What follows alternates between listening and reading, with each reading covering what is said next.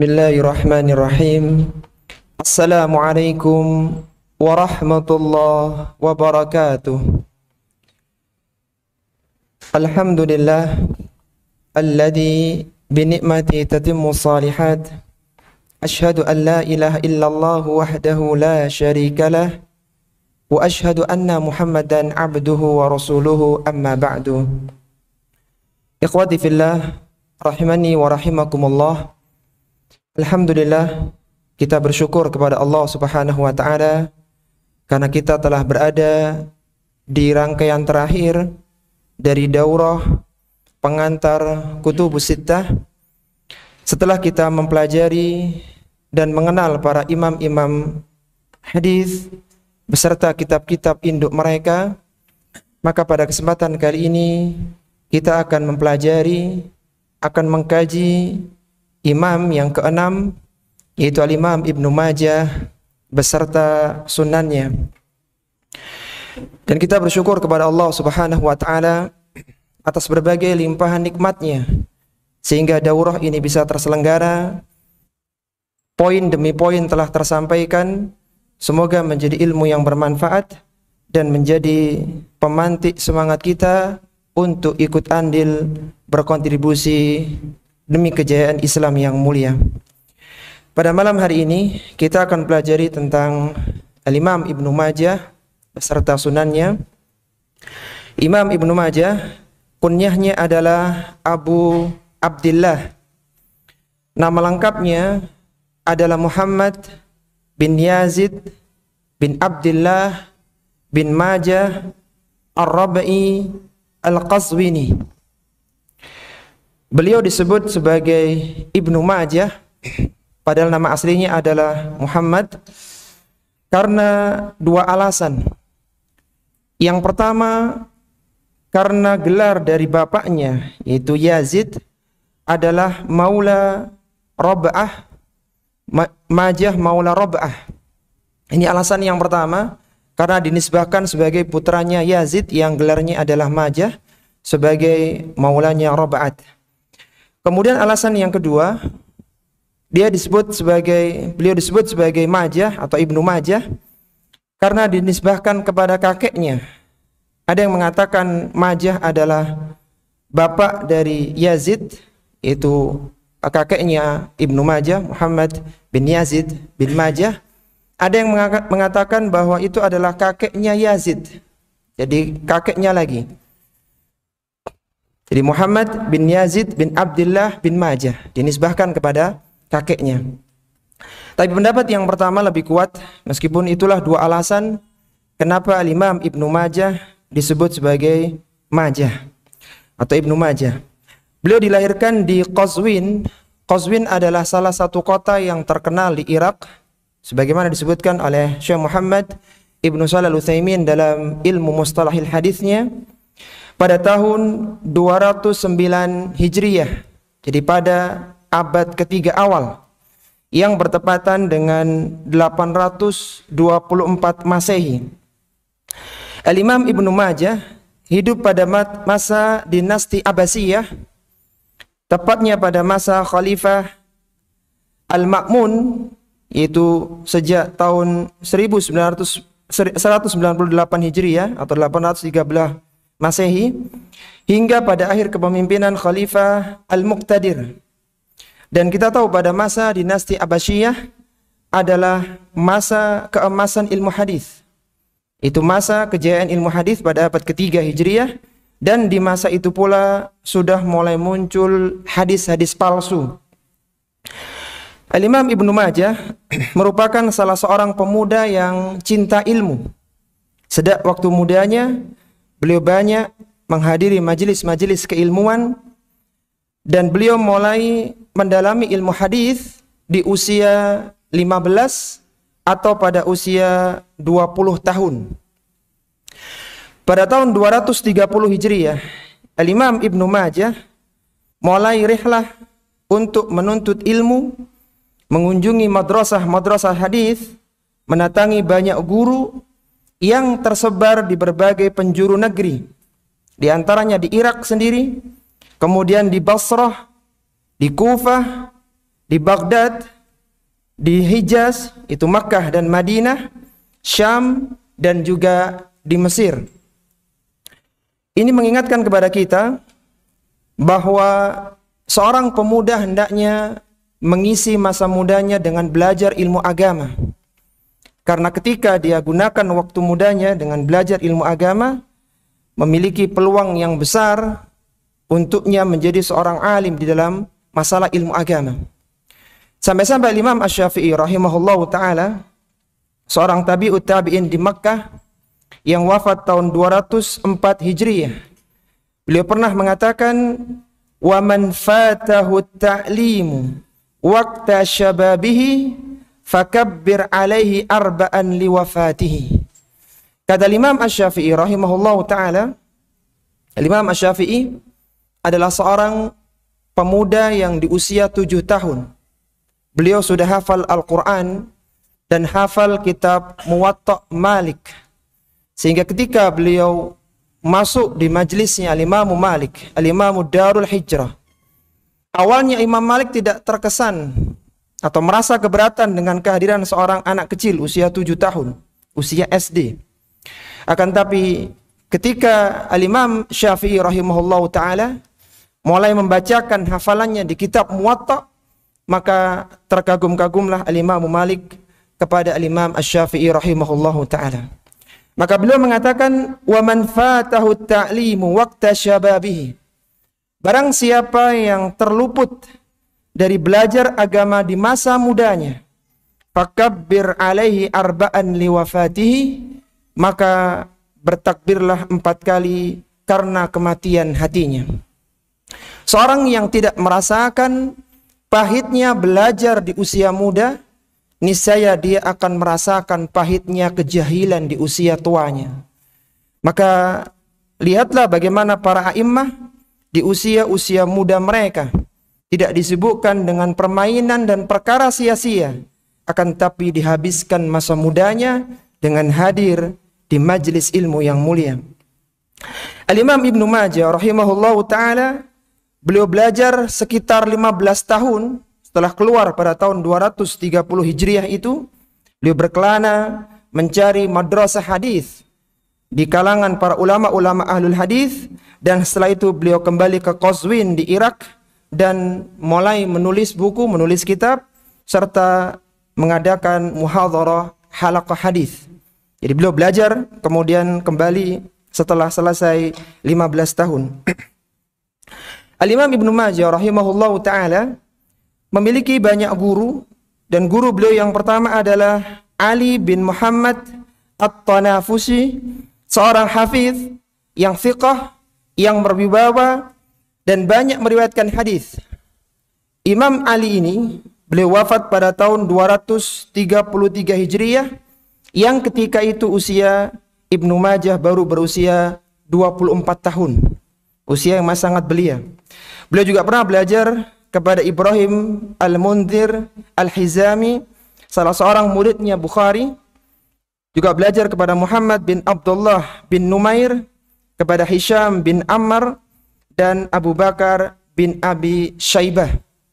Dan banyak lagi guru-guru beliau yang lainnya, karena beliau banyak safar, rihlah untuk mencari hadis. Di antara muridnya, murid dari Majah juga sangat banyak sekali karena beliau punya halaqah hadis. Salah satunya adalah Muhammad bin Isa As-Saffar, Ishaq bin Muhammad, Ali bin Ibrahim bin Salamah Al-Qattan, Wajdi Ahmad bin Ibrahim, dan Sulaiman bin Yazid.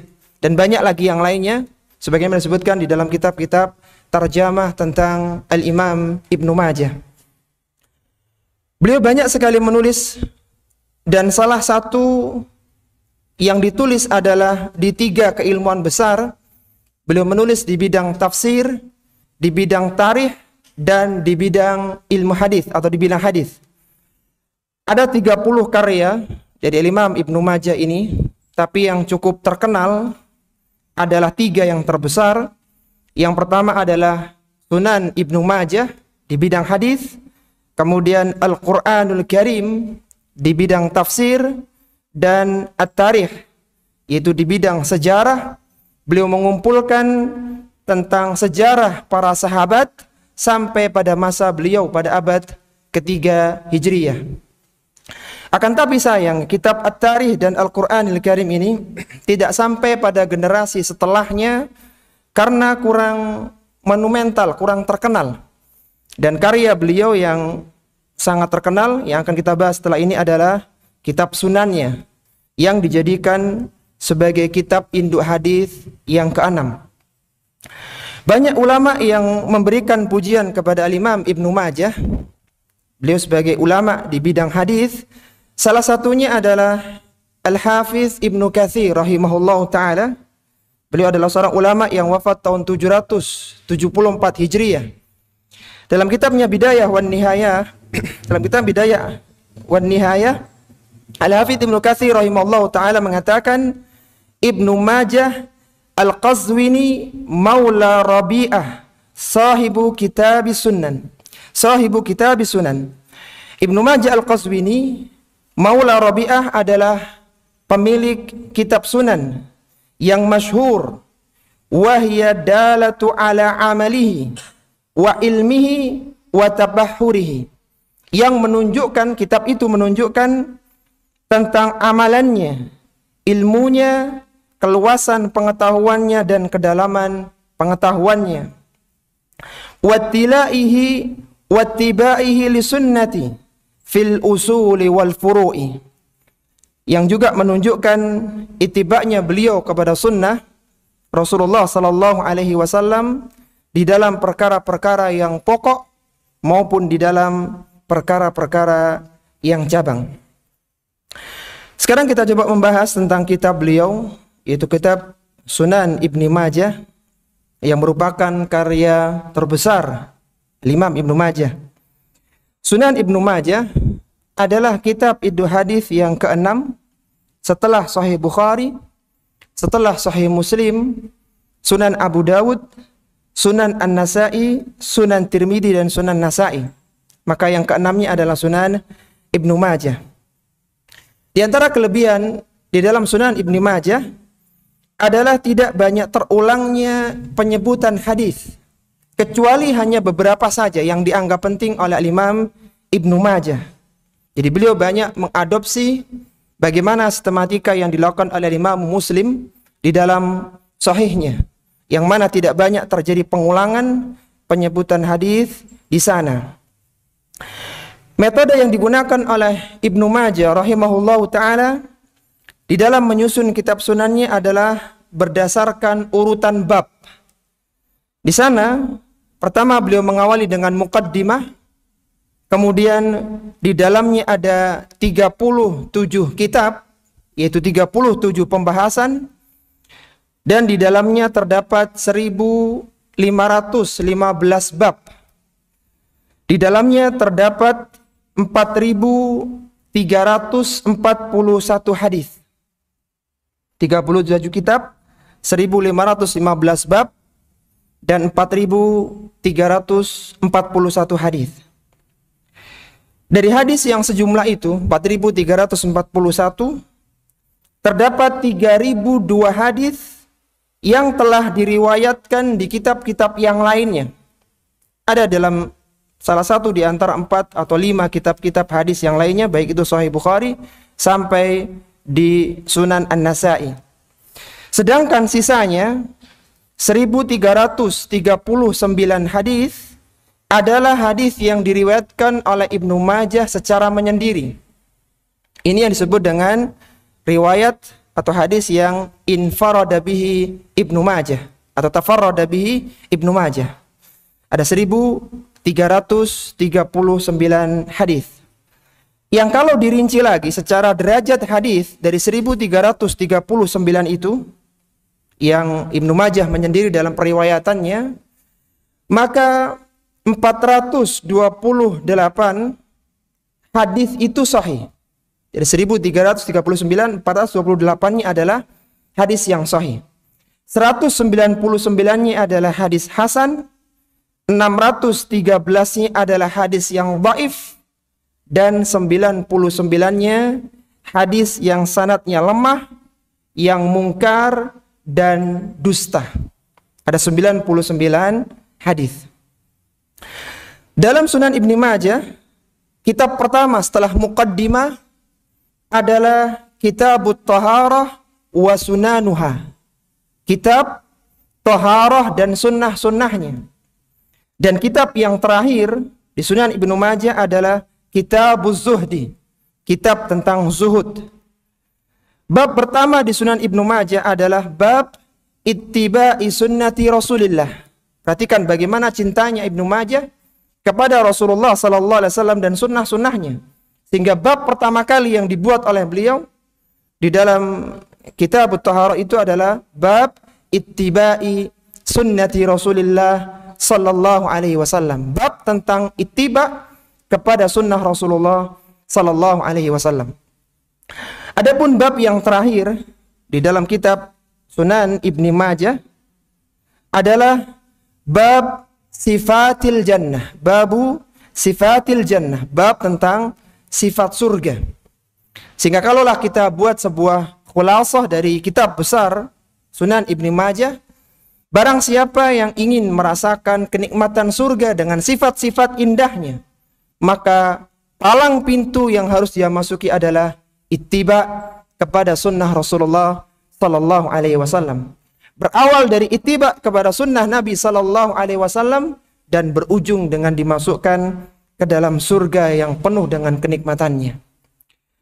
Hadis pertama dalam Sunan Ibnu Majah ada hadis yang diriwayatkan dari Abu Hurairah radhiyallahu taala anhu.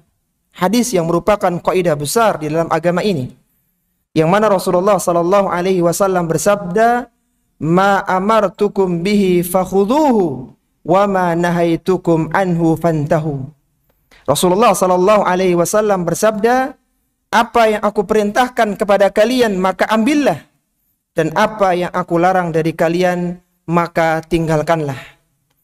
Kata Syekh Abdurrahman bin Nasir As-Sa'di rahimahullah ta'ala, beliau menyebutkan tentang salah satu ayat di dalam surat Al-Hasyr yang senada dengan hadis yang mulia ini, maka beliau mengatakan bahwa redaksi ayat itu, redaksi hadis yang mulia tadi itu mencakup pada seluruh permasalahan agama, baik yang pokok maupun yang cabangnya, baik yang lahir maupun yang batin. Jadi ketika ada perintah dari Nabi SAW maka kita ambil.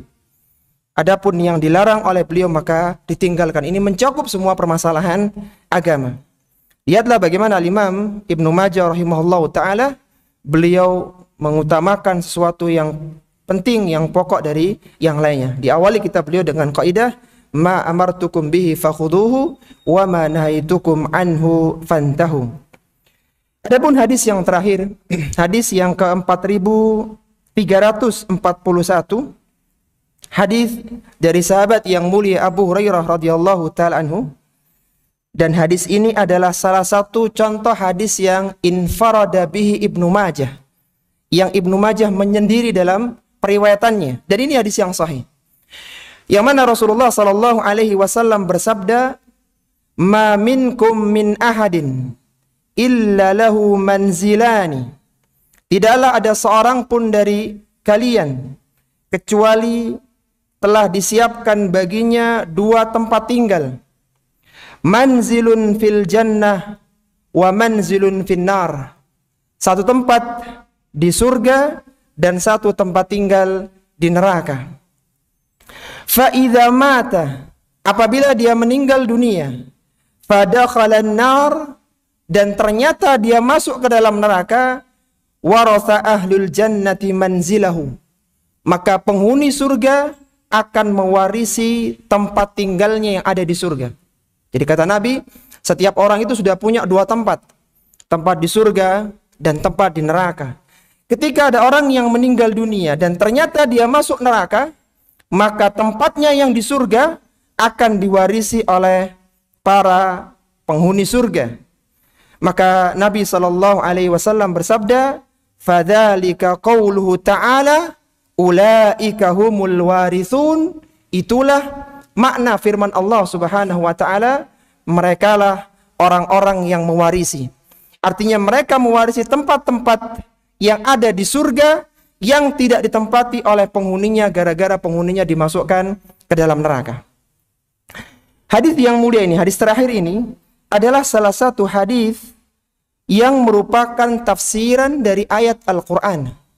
Kita tahu bahwasanya posisi hadis ketika dilihat dengan ayat Al-Quran maka terbagi menjadi 4 kedudukan. Yang pertama, hadis sebagai sababun nuzul suatu ayat. Hadis sebagai sebab turunnya suatu ayat. Dan hadis tidak bisa digunakan sebagai sababun nuzul kecuali terpenuhi 2 syaratnya. Yang pertama, ada qarinah yang menunjukkan bahwa hadis itu menjadi sababun nuzul suatu ayat. Misalnya, wa nazalat hadhil ayah, wa anzalallahu hadhil ayah. Ada qarinah yang menunjukkan bahwa inilah penyebab turunnya sebuah ayat atau surat tertentu. Kemudian yang kedua, hadis tidak bisa dijadikan sebagai sababun nuzul kecuali terpenuhi syarat yang kedua, yaitu hadis itu bisa digunakan sebagai hujjah. Baik itu hadis itu berderajat hasan atau kalau bisa hadisnya berderajat sahih. Dengan 2 syarat inilah banyak hadis yang diklaim sebagai sababun nuzul suatu surat atau sababun nuzul suatu ayat itu berguguran. Sehingga kesimpulan yang didapatkan oleh ulama-ulama tafsir, hampir mayoritas surat dan ayat di dalam Al-Quran tidak memiliki sababun nuzul karena 2 syarat yang tadi itu. Kemudian yang kedua, hadis dilihat dalam sisi ayat menjadi fadail, menjadi fadilah tentang ayat tertentu, tentang surat tertentu. Dan ini juga harus terpenuhi syaratnya, salah satunya adalah hadis itu bisa digunakan sebagai hujjah. Kemudian yang ketiga adalah hadis sebagai tafsir Al-Quran. Hadis menafsirkan ayat Al-Quran. Kita tahu bahwasanya di dalam masalah tafsir Al-Quran dibagi menjadi 2 metodologi. Yang pertama adalah tafsir bil ma'thur dan yang kedua adalah tafsir bil ra'i. Tafsir bil ma'thur ada 4 atau bahkan 5 tahapannya. Yang pertama menafsirkan Al-Quran dengan ayat yang lainnya. Kemudian menafsirkan Al-Quran dengan hadis Nabi Sallallahu Alaihi Wasallam yang mulia. Menafsirkan Al-Quran dengan perkataan sahabat. Menafsirkan Al-Quran dengan perkataan tabi'in. Dan yang terakhir adalah menafsirkan Al-Quran dengan bahasa Arab yang masyhur. Jadi salah satu fungsi hadis adalah sebagai penafsir Al-Quran. Dan salah satu contohnya adalah hadis terakhir di Sunan Ibnu Majah, yaitu tafsiran dari firman Allah, ulaika humul warithun. Apa yang dimaksud dengan mewarisi dalam ayat itu? Maksudnya penghuni surga akan mewarisi tempat di surga yang tidak dihuni karena penghuninya dimasukkan ke dalam neraka. Kemudian yang keempat, hadis dilihat dalam sisi Al-Quran adalah sebagai hadis yang terkait dengan ayat ya. Misalnya ketika itu Rasulullah membaca ayat tersebut di waktu maghrib dalam surat Al-Mursalat dan yang lainnya. Dia bukan sebagai sababun nuzul, bukan sebagai fadail, dan bukan sebagai penafsir ayat Al-Quran, tetapi ada kaitannya dengan satu ayat Al-Quran. Dan sekali lagi bahwa hadis terakhir ini menjadi salah satu contoh fungsi hadis sebagai penafsir Al-Quran yang mulia. Derajat hadis yang terdapat dalam Sunan Ibnu Majah itu variatif. Ada yang berderajat sahih, ada yang hasan, ada yang dhaif, bahkan ada yang maudhu', yang palsu. Sunan Ibnu Majah merupakan kitab sunan yang paling banyak memuat kitab hadis atau hadis-hadis yang dhaif. Dari 4.341 total hadis dalam Sunan Ibnu Majah, terdapat 948 hadis yang dhaif. Sekitar 948 hadis dhaif yang ada di dalam Sunan Ibnu Majah. Bahkan 66-nya dari 948 itu adalah hadis yang maudhu', yang palsu. Dan ini merupakan jumlah yang cukup banyak. Sampai-sampai Imam Az-Zahabi rahimahullah ta'ala pernah mengatakan tentang Sunan Ibnu Majah. Beliau mengatakan fihi manakir wa qalilum minal maudu'at. Di dalam kitab itu terdapat hadis-hadis munkar dan sedikit hadis-hadis yang maudhu, yang palsu. Apa itu hadis munkar? Hadis munkar adalah hadis yang diriwayatkan oleh perawi yang dhaif, yang riwayatnya menyelisih perawi yang thiqah atau yang soduk, yang lebih kuat. Ini hadis yang munkar, dan ini salah satu kategori hadis yang dhaif. Berbeda dengan syadz.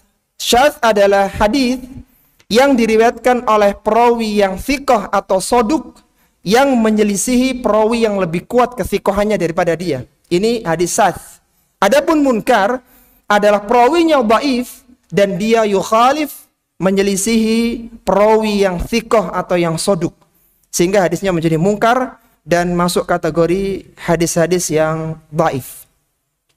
Al-Imam As-Suyuti rahimahullahu ta'ala, beliau pernah mengatakan Ibnu Majah menyendiri dalam meriwayatkan hadis, dan perawi yang tertuduh berdusta, pencuri hadis, dan sebagian hadisnya tidak diketahui melalui dari jalur mereka. Inilah komentar para ulama tentang Ibnu Majah dengan sunannya. Sehingga para ulama-ulama mereka berbeda pendapat tentang apakah atau siapakah yang berhak menduduki kitab hadis induk yang keenam. Apakah Sunan Ibnu Majah, ataukah Muwatta Malik, ataukah Sunan Ad-Darimi.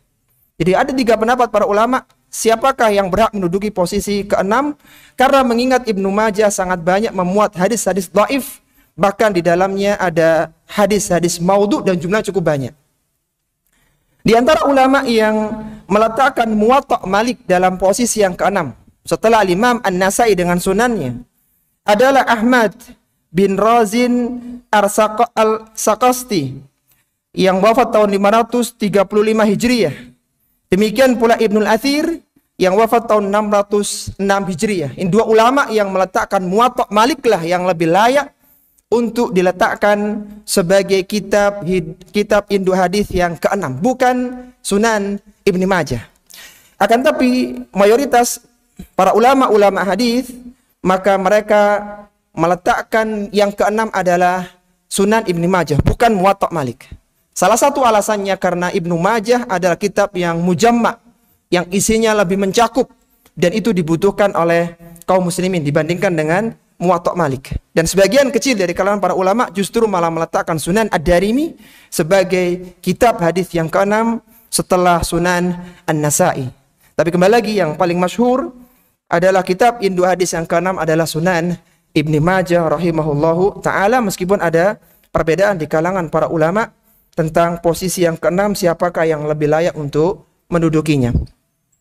Ulama yang pertama kali meletakkan Sunan Ibnu Majah sebagai kitab induk hadis yang keenam adalah Muhammad bin Tahir Al-Maqdisi yang wafat tahun 507 Hijriah. Muhammad bin Tahir Al-Maqdisi, beliau pernah mengatakan, aku telah menulis Sahih Bukhari, aku telah menulis Sahih Muslim, Sunan Abu Dawud sebanyak 7 kali. Sahih Bukhari, Sahih Muslim, Abu Dawud sebanyak 7 kali. Apa beliau katakan tentang Ibnu Majah? Dan aku telah menulis Ibnu Majah, Sunan Ibnu Majah sebanyak 10 kali. Muhammad bin Tahir Al-Maqdisi rahimahullahu ta'ala. Tahukah antum siapa Muhammad bin Tahir Al-Maqdisi ini? Muhammad bin Tahir Al-Maqdisi adalah ulama hadis yang dia berjalan siang dan malam untuk mencari hadis, bahkan beliau berjalan sampai 20 farsah. Itu sekitar 100 kilometer. Bahkan beliau pernah mengatakan, aku pernah kencing darah 2 kali di saat belajar hadis. Sekali ketika di Baghdad dan sekali ketika di Makkah. Yang demikian itu karena aku berjalan dari Andalus, dari Spanyol menuju ke Baghdad, kemudian aku lanjutkan ke Makkah di bawah terik matahari yang sangat menyengat. Dan aku tidak pernah sama sekali naik kendaraan ketika mencari hadis kecuali hanya sekali saja. Dan itu pun aku harus memikul kitab-kitab hadis yang sangat banyak di pundakku. Inilah Muhammad bin Tahir Al-Maqdisi, seorang ulama hadis yang menulis 10 kali Sunan Ibnu Majah, dan beliaulah ulama yang pertama kali menganggap Sunan Ibnu Majah sebagai kitab indu hadis yang keenam. Ada ulama yang setelahnya, yang datang setelahnya juga mendukung pernyataan beliau adalah Al-Hafiz Abdul Ghani bin Abdul Wahid Al-Maqdisi yang wafat tahun 600 Hijriah. Jadi ringkasnya, bahwa pendapat yang masyhur kitab hadis yang keenam adalah Sunan Ibni Majah. Sekarang kita tengok ikhwati fillah rahimani wa rahimakumullah. Hadis-hadis yang infarada bihi Ibnu Majah, yang berderajat maudhu, yang berderajat dhaif, dan yang derajatnya sahih. Supaya kita mengenal bagaimana isi dari kitab Sunan tersebut. Yang pertama, hadis yang derajatnya maudhu, dan ini infarada bihi Ibnu Majah ya. Kalau ada dalam kitab yang lainnya masih lebih ringan. Ini yang Ibnu Majah menyendiri dan hadisnya maudhu, hadisnya hadis yang palsu. Yaitu hadis nomor 1373 tentang salat 20 rakaat antara maghrib dan isya. Diriwayatkan dari Aisyah radhiyallahu taala anha, ia berkata Rasulullah sallallahu alaihi wasallam bersabda, "Man shalla bainal maghribi wal isya'i 20 rak'atan banallahu lahu baitan fil jannah." Barang siapa yang salat sunnah antara maghrib dan isya 20 rakaat, maka Allah Subhanahu wa taala akan membangunkan baginya rumah di surga. Nah, di sini dinilai maudhu oleh Syekh Al-Albani rahimahullahu taala dalam Dhaif Ibni Majah nomor 288. Kemudian hadis yang kedua, hadis yang maudhu yang kedua adalah hadis tentang menjenguk orang sakit itu setelah 3 hari. Jadi tidak boleh langsung menjenguk, tapi ditunggu sampai 3 hari. Diriwayatkan dari Anas bin Malik radhiyallahu ta'ala anhu, ia berkata, "Kana an-nabiy sallallahu alaihi wasallam la ya'udu maridan illa ba'da 3." Kata Anas bin Malik. Anas bin Malik adalah seorang sahabat yang 10 tahun menemani Nabi sallallahu alaihi wasallam. Beliau mengatakan Nabi sallallahu alaihi wasallam tidak pernah menjenguk orang sakit illa ba'da 3, kecuali setelah orang itu lewat 3 hari setelah sakitnya. Dan hadis ini adalah hadis yang palsu menurut Syekh Al-Albani dalam Dhaif Ibnu Majah nomor 302. Kemudian hadis yang ketiga, hadis nomor 2152 tentang manusia yang paling dusta. Dari Abu Hurairah radhiyallahu ta'ala anhu, Rasulullah sallallahu alaihi wasallam bersabda, "Akdzabun nasi sabbaghuna was-sawwaghun." Manusia yang paling dusta adalah sabbaghun, yaitu tukang pewarna baju, was-sawwaghun, dan tukang sepuh perhiasan.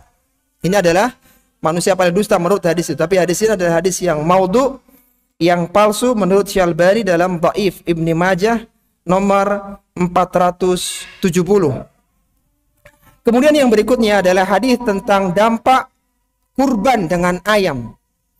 Dari Abu Hurairah radhiyallahu ta'ala anhu, Rasulullah sallallahu alaihi wasallam bersabda, "Inda ittikhadil aghniya'id dajjaja ya'dhanullahu bihalakil qura." Ketika orang kaya di suatu negeri berkurban dengan ayam, niscaya Allah Subhanahu wa taala mengizinkan untuk menghancurkan negeri tersebut.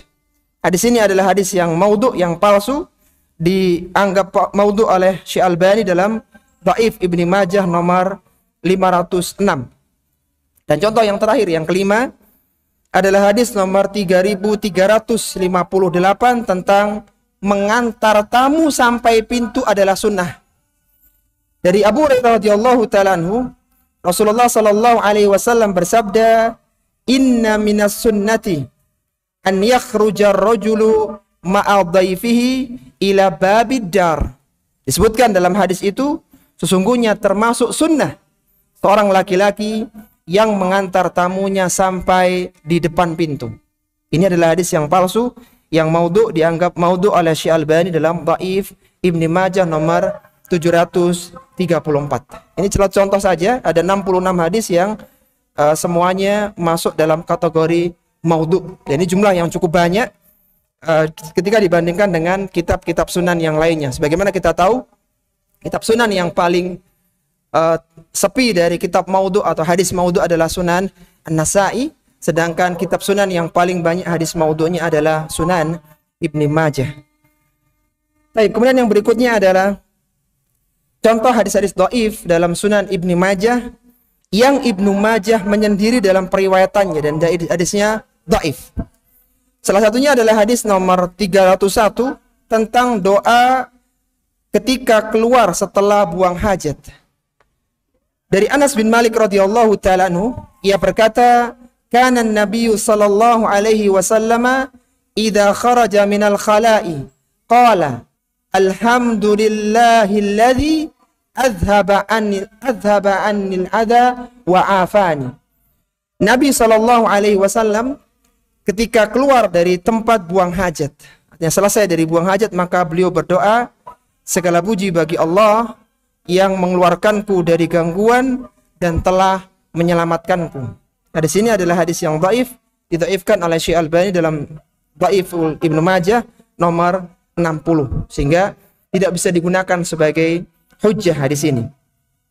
Kemudian yang kedua ada hadis nomor 757 tentang balasan bagi orang yang mengeluarkan kotoran dari masjid. Dari Abu Sa'id Al-Khudri radhiyallahu ta'ala ia berkata, Rasulullah sallallahu alaihi wasallam bersabda, "Man akhraja adha minal masjidi banallahu lahu baitan fil jannah." Barang siapa yang mengeluarkan kotoran dari masjid, maka Allah Subhanahu wa taala akan membangunkan baginya rumah di surga. Hadis ini adalah hadis yang dhaif, didhaifkan oleh Syekh Albani nomor 166 di kitab Dhaif Ibnu Majah. Kemudian yang ketiga adalah hadis nomor 100 atau 1333 yang menjelaskan tentang wajah indah disebabkan karena salat malam. Diriwayatkan dari Jabir bin Abdullah radhiyallahu ta'ala anhu, ia berkata, Rasulullah sallallahu alaihi wasallam bersabda, "Man kathurat salatuhu bil laili hasuna wajhuhu bin nahar." Barang siapa yang banyak salat malamnya, niscaya wajahnya akan dijadikan indah di siang harinya. Hadis ini adalah hadis yang dhaif, didhaifkan oleh Syekh Albani rahimahullahu taala dalam Dhaif Ibnu Majah nomor 280. Kemudian yang keempat adalah hadis nomor 1693 tentang tidur siang akan membantu qiyamul lail di malam hari. Dari Abdullah bin Abbas radhiyallahu taala anhuma, dari Nabi sallallahu alaihi wasallam beliau bersabda, "Ista'inu bit ta'amis sahar ala siyamin nahar." Bantulah puasa siang kalian dengan makan sahur, wabil qailulati ala qiyamil laili, dan lakukan qailulah yaitu tidur di siang hari agar kalian terbantu qiyamul lail di malam hari. Hadis ini adalah hadis yang dhaif, didhaifkan oleh Syekh Al-Albani rahimahullahu taala dalam Dhaif Ibnu Majah nomor 373. Kemudian contoh yang terakhir adalah hadis nomor 1921 tentang larangan suami mendatangi istrinya tanpa penutup, tanpa busana. Dari Utbah bin Abdi Sulami radhiyallahu taala anhu, ia berkata, Rasulullah sallallahu alaihi wasallam bersabda, "Idza ata ahadukum ahlahu falyastatir wala yatajarrad tajarrudal airain." Apabila salah seorang di antara kalian mendatangi istrinya, maka hendaknya dia mengenakan penutup, janganlah dia telanjang seperti telanjangnya dua unta. Ini adalah hadis yang dhaif, didhaifkan oleh Syekh Albani rahimahullahu taala dalam Dhaif Ibnu Majah nomor 421. Itu semua adalah contoh-contoh hadis-hadis yang dhaif yang Ibnu Majah menyendiri dan contoh hadis-hadis maudhu yang perlu kita cermati di dalam Sunan Ibnu Majah rahimahullahu taala. Tapi di sana ikhwati fillah ada banyak sekali hadis yang sahih. Baik itu yang Ibnu Majah juga meriwayatkan bersama imam-imam yang lainnya maupun yang beliau menyendiri dalam periwayatannya. Salah satunya hadis yang sahih yang Ibnu Majah menyendiri adalah hadis nomor 254 tentang kesalahan niat di dalam menuntut ilmu. Diriwayatkan dari Jabir bin Abdullah radhiyallahu ta'ala anhu. Ini perlu kita perhatikan dalam menuntut ilmu, bahwa Nabi sallallahu alaihi wasallam bersabda, la ta'allamul ilma litubahu bihil ulama wala litumaru bihis sufaha wala takhayyaru bihil majalis faman fa'ala dzalika fannarun nar. Kata Nabi sallallahu alaihi wasallam, janganlah kalian pelajari ilmu agama karena untuk membanggakan diri di hadapan para ulama, atau karena ingin membantah orang-orang yang tidak berilmu, atau karena ingin mendapatkan posisi dalam sebuah majelis. Kalaulah ada orang yang niat belajarnya karena ini, maka kata Nabi, fannarun nar, niscaya neraka lebih berhak baginya, wal iyadu billah. Hadis ini adalah hadis yang sahih, disahihkan oleh Syekh Al-Albani rahimahullah ta'ala dalam Sahih Ibnu Majah nomor 206. Sudah adzan ya? Baik, kita simak dulu adzan sebelum kita bacakan beberapa contoh hadis sahih di dalam Sunan Ibnu Majah. Wassallallahu ala nabiyina Muhammadin wa ala alihi wa sahbihi wasallam.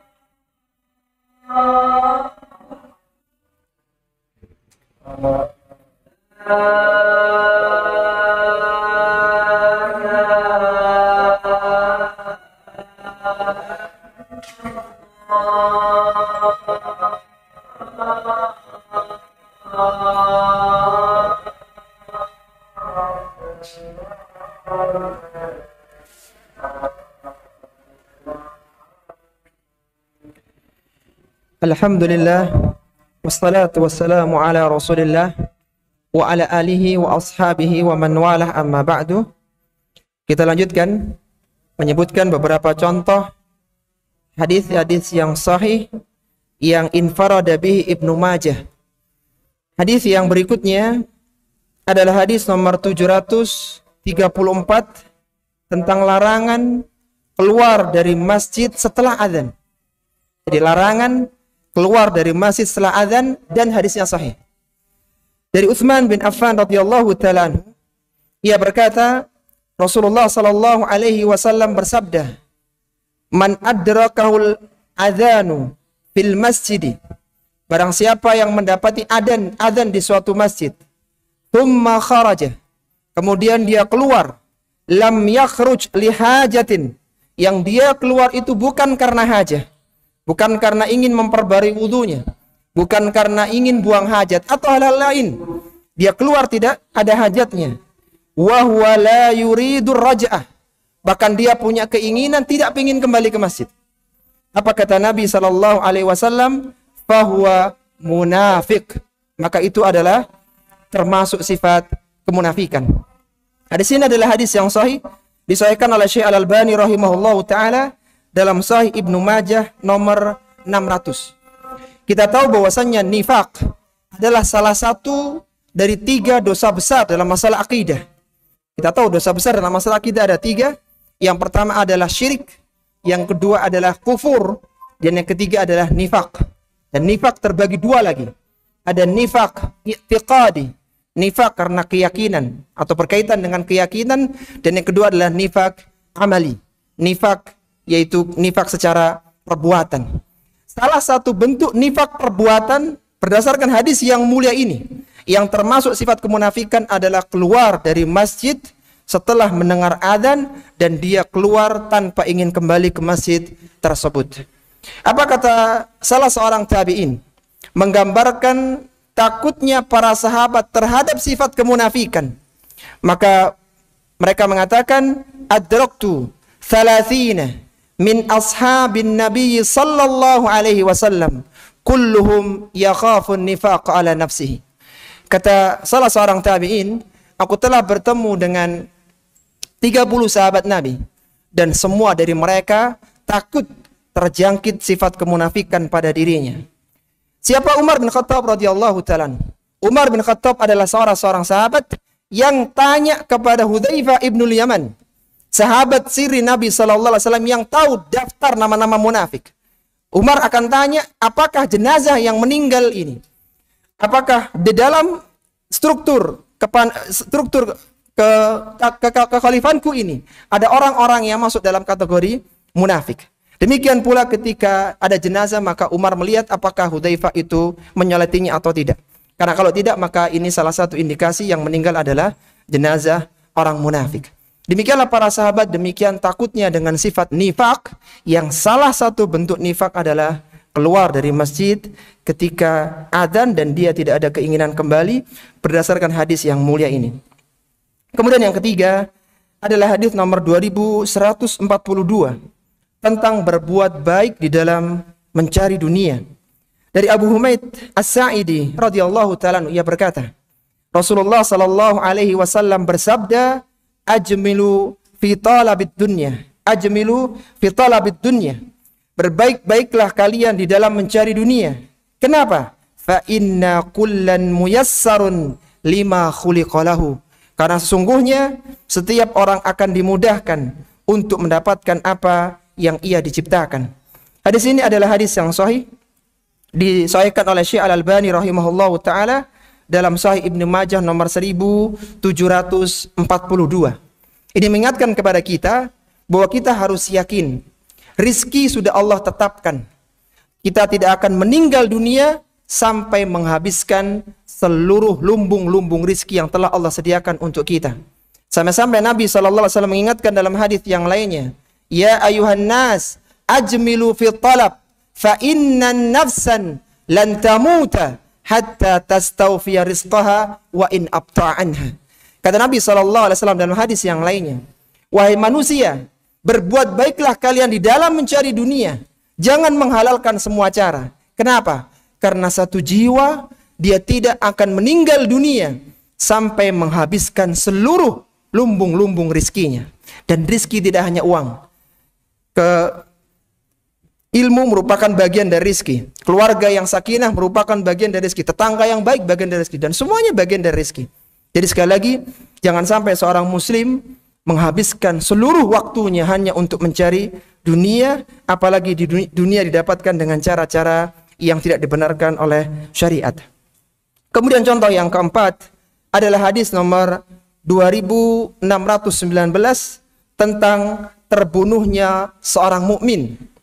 Dari Al-Bara bin Azib radhiyallahu ta'ala anhu, Rasulullah sallallahu alaihi wasallam bersabda, "La zawalu dunya ahwanu 'ala Allahi min qatli mu'minin bighairi haqqin."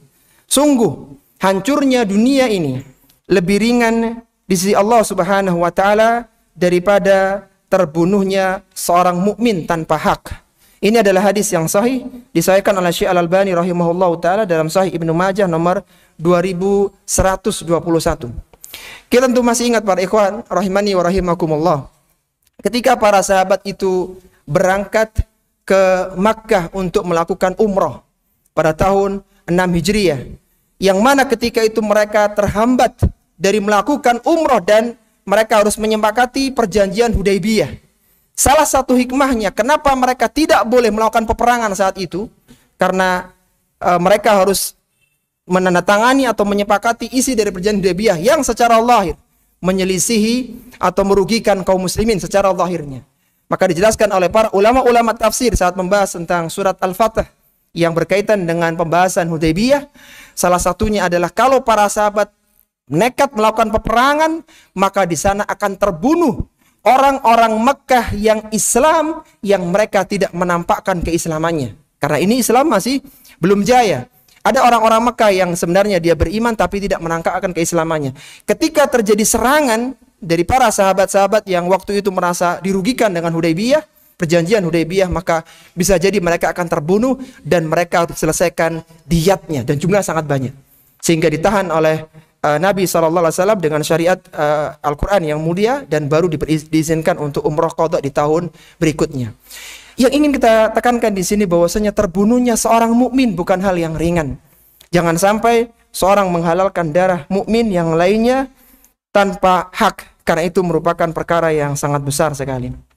Baik, kemudian hadis yang terakhir sebagai contoh, hadis sahih di Sunan Ibnu Majah yang Ibnu Majah menyendiri dalam periwayatannya infarada bihi Ibnu Majah, yaitu hadis nomor 4175 tentang larangan sombong. Hadis ini merupakan salah satu hadis qudsi atau bahkan satu-satunya hadis qudsi yang Ibnu Majah meriwayatkan secara menyendiri. Kalau bersama imam yang lainnya banyak, tapi yang satu-satunya Ibnu Majah menyendiri dan hadisnya sahih adalah hadis yang mulia ini. Hadis dari Ibnu Abbas radhiyallahu ta'ala anhuma, Rasulullah sallallahu alaihi wasallam bersabda, Allah Subhanahu wa taala berfirman, hadis qudsi, yaitu al-kibriya uridai wal azamatu izari faman naz'a anni wahidan minhuma alqaituhu finnari. Kata Allah Subhanahu wa taala dalam hadis qudsinya, kesombongan adalah selendangku, keagungan adalah sarungku. Barang siapa yang mengambilnya salah satunya dariku, alqaituhu finnar, niscaya aku akan melemparkannya ke dalam neraka. Kita tahu ikhwati fillah rahimani wa rahimakumullah, hadis terbagi dalam dua jenis, ada hadis nabawi dan ada hadis qudsi. Hadis qudsi meskipun bagian dari hadis nabawi biasanya diselendirikan oleh para ulama. Dan hadis qudsi ini jumlahnya tidak banyak. Kalau terjadi tikrar, pengulangan, maka jumlah hadis qudsi hanyalah 500-an hadis saja. Dan dari 500 hadis itu bervariasi derajatnya. Ada yang sahih, ada yang hasan, dan ada pula yang dhaif. Dan kalau kita kumpulkan dari 500 hadis itu dan tanpa pengulangan, maka hanya terkumpul sekitar 100-an hadis sahih saja. Yang selebihnya masuk dalam kategori hadis-hadis yang dhaif, yang tidak bisa digunakan sebagai hujjah. Dan hadis itu tersebar di banyak kitab-kitab hadis, tidak hanya di kutubus sittah saja. Salah satu hadis atau bahkan satu-satunya hadis qudsi yang Ibnu Majah menyendiri dalam periwayatan dan sahih adalah hadis yang mulia ini. Hadis tentang barang siapa yang berlaku sombong atau dia merasa angkuh, merasa agung, maka dia diancam dengan neraka Allah Subhanahu wa ta'ala, karena itu adalah sesuatu yang tidak layak untuk para makhluknya. Dan Masya Allah, ini merupakan salah satu kontribusi Ibnu Majah yang luar biasa, sehingga dari situ muncullah kitab-kitab yang khusus membahas tentang hadis qudsi. Di antaranya adalah Syekh Mustafa Al-Adawi dan ulama-ulama yang lainnya yang mengumpulkan hadis-hadis qudsi secara menyendiri. Bahkan beberapa sudah membuat syarah dari hadis qudsi tersebut.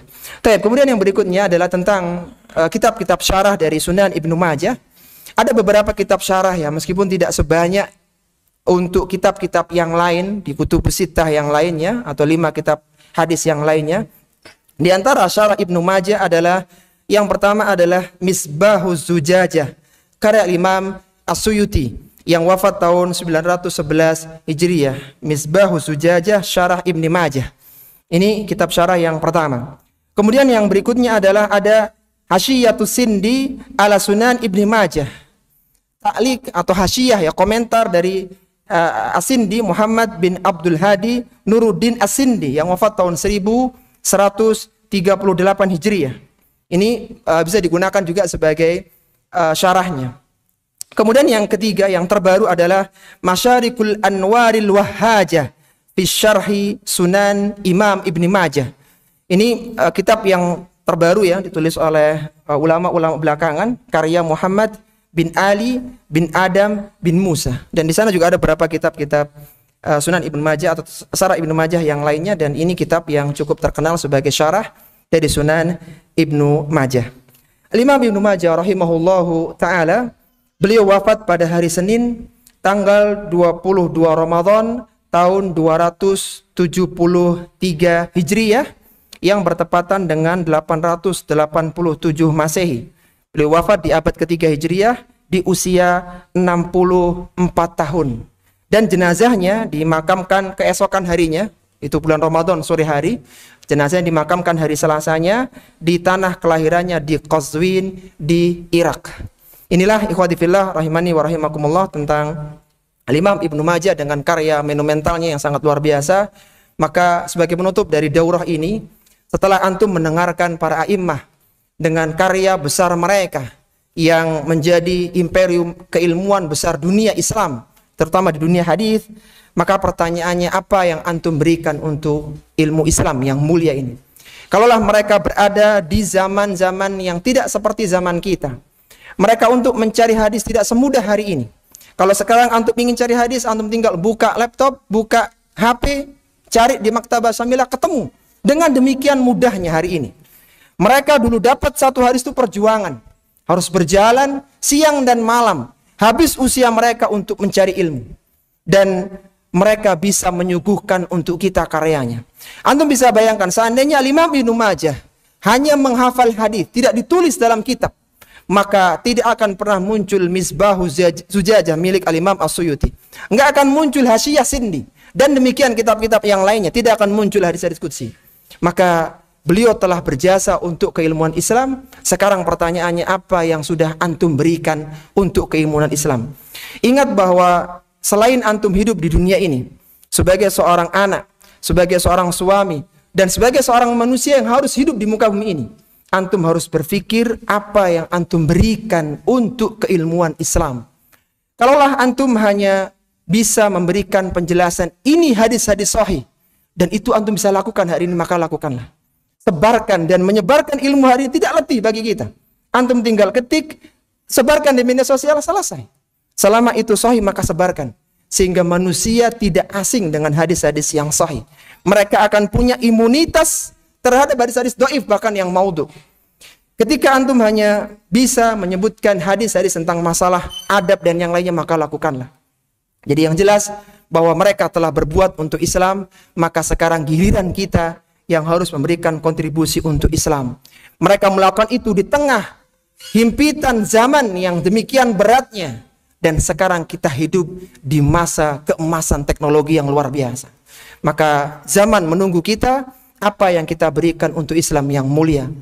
Maka semoga dengan daurah ini memantik semangat kita untuk belajar ilmu hadis yang mulia dan terbertik pada hati kita untuk ingin memberikan sedikit sumbangsi di dalam keilmuan hadis dengan apa yang kita bisa.